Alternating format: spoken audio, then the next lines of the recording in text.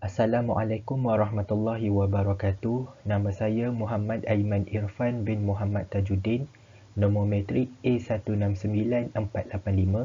Pada hari ini saya akan membentangkan projek akhir bagi subjek Pembangunan Mapan dalam Islam LMCP 1552 dengan tajuk Pembangunan Mapan mengikut Islam bagi Kajang Bangi dalam jangka masa 5 hingga 30 tahun di masa hadapan. Baiklah, bagi perkara yang ingin dicapai bagi Bandar Kajang Bangi di masa hadapan adalah yang pertama dengan menjadikan Bandar Kajang Bangi sebuah bandar yang penuh dengan kehijauan dan tenang untuk didiami. Yang kedua, mempunyai sebuah pentadbiran yang bersih dan amanah. Yang ketiga, mewujudkan sebuah pusat ilmu. Dan yang keempat ialah merealisasikan sebuah pengurusan muamalat yang patuh dengan syariah. Seterusnya, mari kita kenal pasti apakah komponen dalam pembangunan mapan, iaitu komponen bagi mewujudkan sebuah pembangunan mapan yang lestari.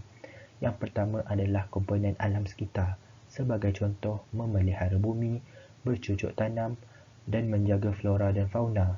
Yang kedua adalah komponen ekonomi, sebagai contoh ekonomi yang tiada riba, tiada rasuah dan juga tijarah yang baik. Yang ketiga adalah komponen sosial, iaitu dengan pembinaan masjid, madrasah dan aktiviti sedekah antara sesama masyarakat. Okey, baiklah. Seterusnya adalah bagi komponen alam sekitar, bagaimana kita ingin mengaplikasikan komponen ini untuk kita jadikan Bandar Kajang Bangi itu sebuah bandar yang lestari adalah dengan mewujudkan ataupun menjadikan Bandar Kajang Bangi itu sebuah bandar hijau atau bandar dalam taman. Ini sangat penting dan memberikan kebaikan kepada alam sekitar kita.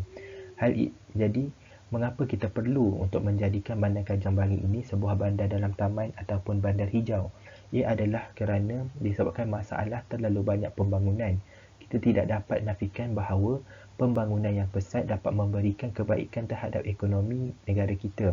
Akan tetapi, pembangunan yang terlalu banyak juga memberikan kesan buruk terhadap alam sekitar.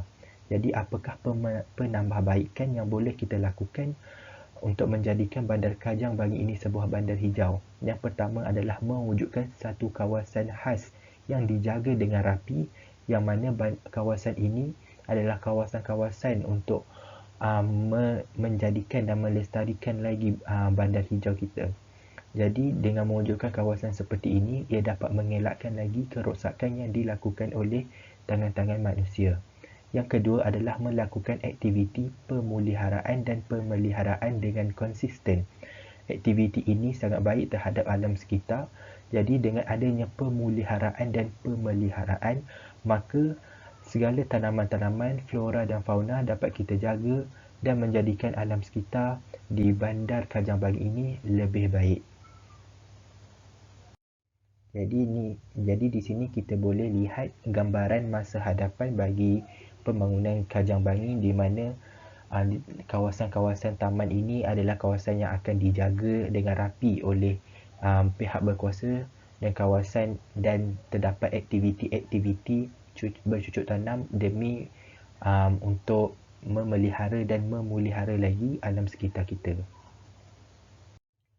Seterusnya, bagi komponen ekonomi, apa yang dapat kita aplikasikan di Bandar Kajang Bangi di masa hadapan adalah dengan mewujudkan satu pengurusan muamalat yang patuh dengan syariah.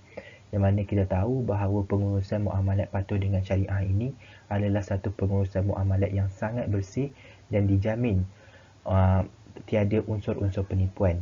Jadi, apakah masalah yang timbul yang menyebabkan ingin melakukan pengurusan muamalat patuh syariah ini adalah kerana masih lagi terdapat unsur-unsur penipuan dalam aktiviti muamalat sesama manusia dalam masyarakat kita.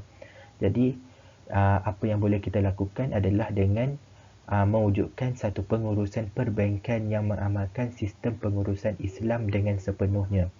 Apa yang kita dapat lihat pada hari ini adalah sistem perbankan konvensional masih lagi mewujudkan dan mengadakan unsur-unsur riba, di mana apa yang kita tahu bahawa unsur-unsur riba itu adalah menekan seseorang ataupun menindas seseorang tersebut. Jadi apabila kita mengamalkan muamalat ataupun pengurusan perbankan syariah yang penuh, maka maka kita dapat mengelakkan lagi unsur-unsur penipuan dalam pengurusan perbankan. Kita tidak nafikan bahawa ada terdapat pengurusan perbankan Islam di setiap bank-bank, akan tetapi ia tidaklah sepenuhnya. Maka dengan itu kita perlu mewujudkan satu pengurusan perbankan yang penuh. Yang kedua adalah menjadikan zon di Kajang Bangi ini adalah zon larangan rasuah dan amanah dengan jual beli. Jadi dengan ini kita dapat elakkan lagi dan dapat membanteras masalah-masalah rasuah dan penipuan dalam jual beli dalam pengurusan ataupun dalam aktiviti muamalat bagi penduduk Kajang Bangi tersebut. Ini merupakan gambaran masa depan di mana situasi perbankan di Kajang Bangi merupakan sepenuhnya perbankan Islam dan mematuhi syariah, dan juga terdapat membanteras rasuah dan penipuan dalam jual beli dalam kalangan masyarakat di penduduk Kajang Bangi ini. Jadi bagi komponen yang seterusnya ialah komponen sosial, adalah dengan menjadikan Bandar Kajang Bangi merupakan satu pusat ilmu pengetahuan. Jadi apakah masalah yang timbul yang menyebabkan kita ingin menjadikan Bandar Kajang Bangi ini sebuah pusat ilmu pengetahuan adalah kerana masih lagi kekurangan sumber untuk ilmu pengetahuan tersebut.